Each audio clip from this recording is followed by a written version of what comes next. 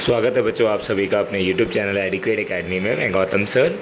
और आज का जो मोस्ट इम्पॉर्टेंट जो हमारी वीडियो है वो किसके लिए है, वो है बीएड वाले फर्स्ट ईयर वाले बच्चों के लिए। हमारा जो क्वेश्चन पेपर है वो आता कैसे है और किस पैटर्न पे होता है मैं आपको दिखा देता हूँ। जो पैटर्न है हमारा, तो पहला पेपर है हमारा 29 तारीख को एमडीयू वाले बच्चे के लिए। फर्स्ट पेपर जो हमारा कंटेम्प्रेरी इंडियन एजुकेशन। तो बेटा इसके अंदर हमारे कई बोलते तो वैसे प्रश्नों के उत्तर देने से पहले परीक्षार्थियों को सारी चीज़ सही से पढ़ लेना चाहिए और हमें बोलते इकाई से एक प्रश्न चुनते हुए 5 प्रश्न करने हैं हमें टोटल। हर एक इकाई से हमें एक क्वेश्चन करने हैं बेटा, ठीक है।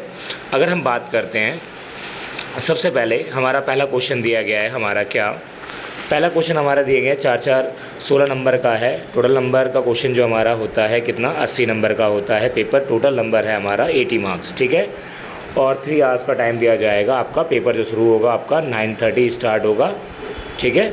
और 9:30 से लेकर आपका फिर 12:30 तक चलेगा, ठीक है। अब हम बात करते हैं सबसे पहले हमारा question, right a short note on the following. तो बोलते हैं importance of the girl education, लड़कियों की एजुकेशन के लिए क्या क्या काम किए गए सरकार द्वारा वो आपको बताना है। तो वैसा मैं आपको बता दूं, गर्ल्स एजुकेशन के लिए बहुत सारा ऐसा पॉलिसीज़ चलाई गई है जिसके कारण आज मोस्ट ऑफ द वुमेंस क्या करती है, घर से बाहर निकल के उनको अब क्या कहते हैं स्कॉलरशिप दी जाती है। कई जगह से बिहार में आपने देखा होगा।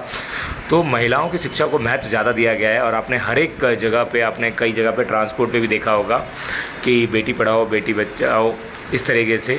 तो महिलाओं को प्राथमिकता देने के लिए, महिलाओं को एजुकेशन को आगे बढ़ाने के लिए बहुत ज़्यादा प्रयास किए गए हैं और वो प्राचीन समय से ही होते आए हैं। लेकिन प्राचीन समय में उतना नहीं था महत्व, लेकिन वर्तमान समय में ज़्यादा है। और जिसकी वजह से हमें आज ये भी देख सकते हैं कि महिला आज के टाइम पे क्या है, फाइनेंस मिनिस्टर भी हैं और राष्ट्रपति भी हैं। तो महिलाओं की शिक्षा के ऊपर ज़्यादा ध्यान दिया गया है, क्योंकि महिला अगर शिक्षित रहेगी तो वह अपने आस पड़ोस को, अपने बच्चों को सबसे ज़्यादा शिक्षित करेगी। नेक्स्ट आते हैं वुड्स डिस्पैच। वुड्स डिस्पैच क्या है, आपने पढ़ा होगा। वुड डिस्पैच ये हमारे 10वीं क्लास की हिस्ट्री में भी था।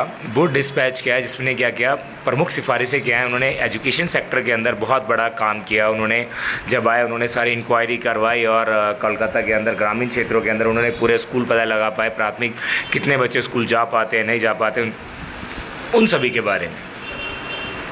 दूरस्थ शिक्षा आपने ये पढ़ा होगा, डिस्टेंस एजुकेशन। डिस्टेंस एजुकेशन होता क्या है भाई, डिस्टेंस एजुकेशन हमसे क्या कहते हैं, जैसे आप क्या कर रहे हो एमडीयू से आपका रेगुलर है और आप क्या कर रहे हैं नॉन अटेंडिंग कर रहे हैं, ये भी दूरस्थ मान, लेकिन ये दूरस्थ नहीं है, रेगुलर ही माना जाएगा। सोल आपने सुना होगा, सोल अच्छा एग्जाम्पल है। जो हम ऑनलाइन करते हैं वो दूरस्थ शिक्षा हो गई। तो 2020 के टाइम पीरियड में इसके ऊपर ज़्यादा ध्यान दिया गया, क्योंकि 2020 का टाइम पीरियड ऐसा टाइम पीरियड था जिस टाइम पे कोरोना काल था। और उससे पहले भी दूरस्थ शिक्षा से क्या होता है, घर बैठे हम किसी भी एजुकेशन को हम ले सकते हैं ईजिली, ठीक है। अब आइए नेक्स्ट इकाई 1 के अंदर हमारा जो क्वेश्चन है, what is the role of education in empowerment of the weaker sections of society.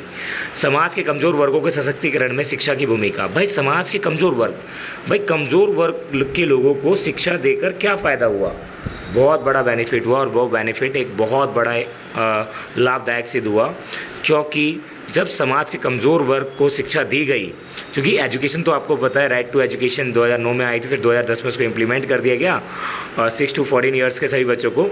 तो बोलते कमज़ोर वर्ग को जब शिक्षा मिलने लगी तो कमज़ोर वर्ग के लोग क्या हो गए, धीरे धीरे शिक्षित हुए, तो वो इम्पावर्ड हुए, वह सशक्तिकरण हुए। उन्हें भी समाज के अंदर कई तरह की भूमिकाएँ मिली, अच्छे अच्छे ओहदे पर भी वो गए।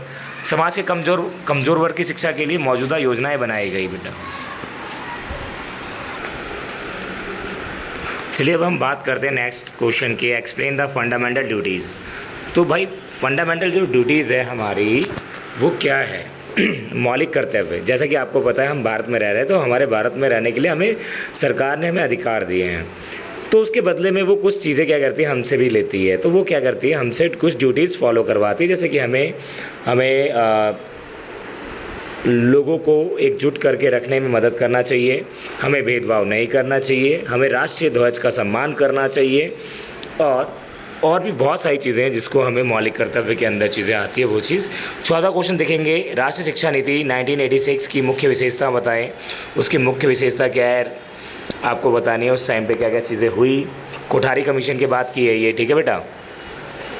मैकाले का कार्यवृत्त की मुख्य विशेषता, मैकाले के बारे में बताइए भाई। Main features of the Macaulay minutes, Macaulay ने क्या बनाया भाई, कितने मिनट्स होने चाहिए, कितने विद्यार्थी होने चाहिए क्लास में, और शिक्षक कितने होने चाहिए, किस तरीके से पढ़ाया जाना चाहिए।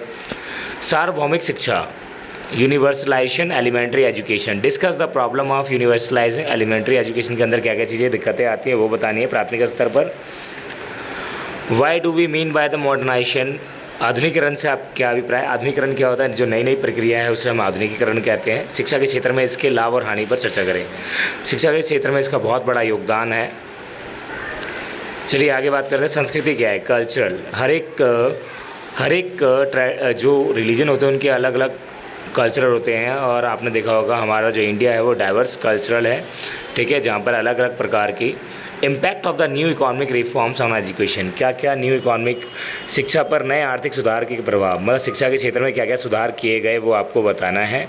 तो वैसे तो आपने देखा ही है शिक्षा के क्षेत्र में बहुत ज़्यादा जो अभी विकास हुआ है वो और उससे पहले नहीं हुआ था। तो ये हमारा क्वेश्चन था, इसी के अकॉर्डिंग आपको अपने कुछ क्वेश्चंस और भी करने हैं, बहुत सारे क्वेश्चंस हैं आपके शिक्षा को लेकर, क्या क्या चीज़ें हुए क्षेत्र को, वो ये क्योंकि एजुकेशन है इंडिया के अंदर कंटेम्प्रेरी समकालीन, मतलब पहले की शिक्षा और अभी की जो कंटेम्प्रेरी इंडिया के अंदर जो एजुकेशन है वो किस प्रकार की, तो उसके बारे में हमें बताना है। तो चलिए ये वीडियो आप सभी को पसंद आई हो तो लाइक शेयर कमेंट ज़रूर कीजिएगा, और मिलते हैं नेक्स्ट वीडियो के साथ। धन्यवाद, थैंक यू सो मच।